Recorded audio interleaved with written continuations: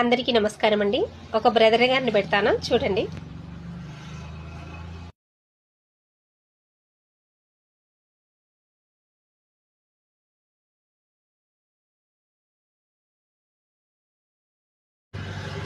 ఆ బ్రదర్ గారు ఏదో సాక్ష్యం ఇచ్చిండట.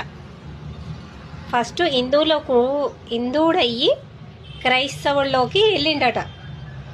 10 సంవత్సరాలు పాస్టర్గా సేవ చేసిండట.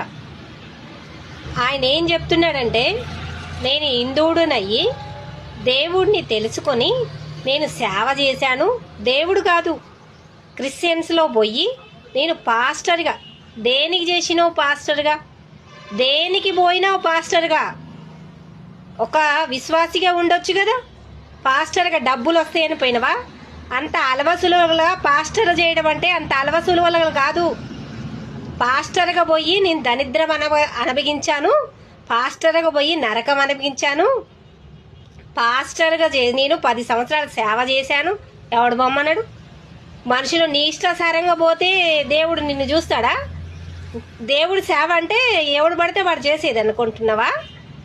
దేవుడు సేవ దేవుడే పిలవాలి. దేవుడు ఆత్మతో నడిపింపబడాలి.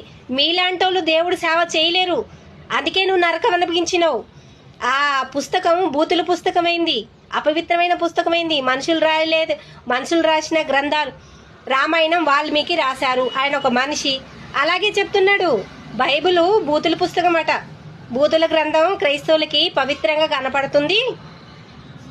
నేను 10 సంవత్సరాలు సేవ చేసి దరిద్రం అనుభవించాను. ఎవడు చేయమన్నా నిన్ను సేవ? దేనికి చేసినావు? పాస్టర్లు డబ్బులు ఉట్టే దేనికి వస్తాయి? పాస్టర్లకు డబ్బులు ఆత్మతో నడిపిస్తే దేవుడే ఇస్తాడు. నువ్వు దరిద్రంగా ఏదో పాస్టర్లు డబ్బులు కార్లలో అది పోయి ఇల్లులు సంపాదించుకో, అది చెడుగా ఆలోచించినావు. నువ్వు చెడు మనసుతో పోయినావు క్రైస్తవంలోకి. మంచి మనసుతో క్రైస్తవంలోకి పోలే. నీ బుద్ధి కుక్క బుద్ధితో పోయినావు. ఏదో సంపాదించాలి. క్రైస్తవులు పాస్టర్లు 10 మంది సందాలేస్తే 10 మంది కానుకలేస్తే నేను గొప్పవాడిని కావాలని ఆ బుద్ధితో నువ్వు పాస్టర్గా చేసావు 10 సంవత్సరాలు.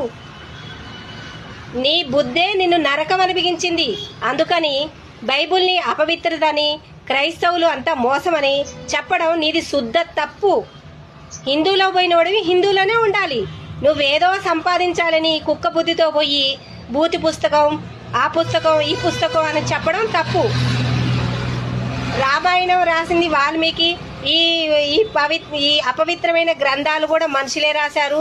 ఈ అపవిత్రమైన గ్రంథమే పవిత్రంగా అంటున్నారు. అసలు